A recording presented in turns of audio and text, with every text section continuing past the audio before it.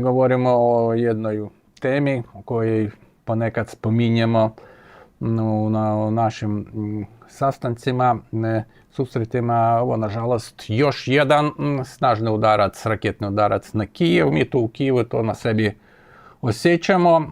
I najlošije je da balističke rakete koje Rusija šalje prema najvećem i najstarijem slovenskom gradu nemaju antibalistiku ukrajinska strana.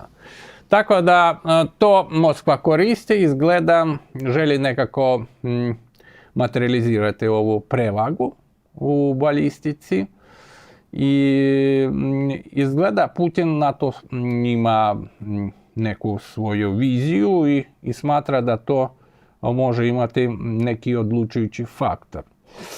U stvari, odlučujući možda i ne, ali važan sigurno. Zbog toga raketa leti, padne u gradu bilo koju točku i ti nemaš čime da rušiš ovu raketu. Negdje oko 3 godine ukrajinska strana imala ove rakete i mi faktički čitavu rusku balistiku rušili na 90-93%. I to je bio dosta visoko postotak rušenja ruske balistike. Znači, mi dobro rukovali ovim Patriotima američkim i hvala Bogu Kijev bio u odnosu na balistiku dosta siguran grad i zbog toga puno preduzeća iz drugih gradova Ukrajine selili u Kijev. Dobro, to je ipak prestolnica, ipak ima financijski potencijal, ljudski faktor tu veliki i tako dalje. A sada to postaje problem za mnoge biznis projekte. Zbog toga Rusija ako odluči da neko preduzeće mora nestati, onda ona to može učiniti. Zbog toga ovo balistička raketa ili par balističkih raketa na ovu zgradu preduzeća ruši i gotov tvoj biznis uništen. Moram reći, ukrajinska strana radi na tome, znači to se zove rat na iscrpljivanje. I jasno i mi udaramo dronovima, mi nemamo balistike, samo dronove. Isto na neki najviše naftne preduzeća, plinske preduzeća. Zašto? Pre svega, ovo plin i nafta formiraju budžet Ruske federacije. Ako nemaš plina i nafta, onda nemaš čime pokriti troškove socijale, obrazovanja, penzionera i tako dalje. Sa druge strane, dronovi mogu to zapaliti, ovo preduzeće, razumijete?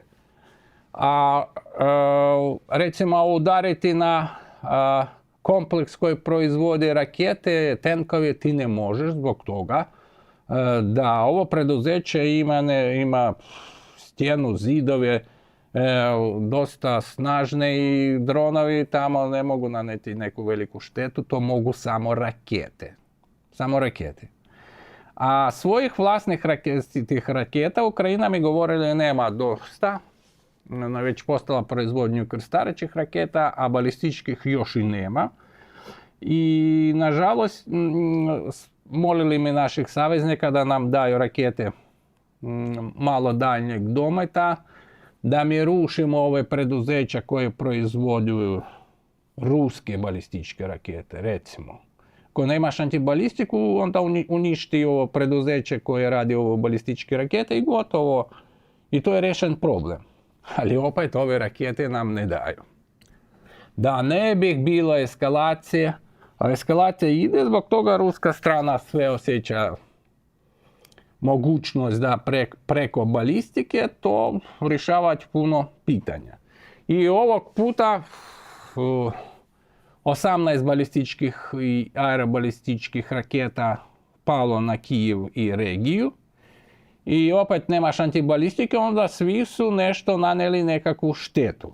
Znači ti imaš samo mogućnost da preživiš ako nije precizan udarac, recimo.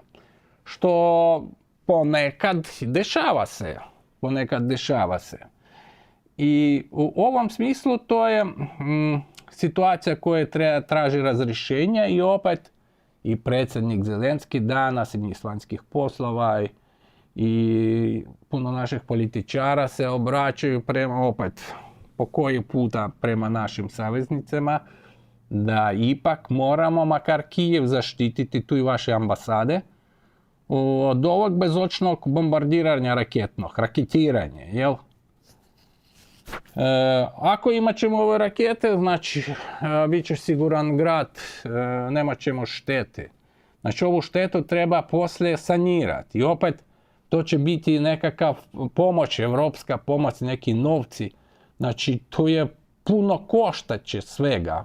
Puno jeftinije da sada dovedemo antibalistiku i rušimo ovo sve, da ne bude ove štete, da ne ubijaju ljude, već u ovoj udarac samo u Kijevu poginulo 15, je ranjeno 40 ljudi.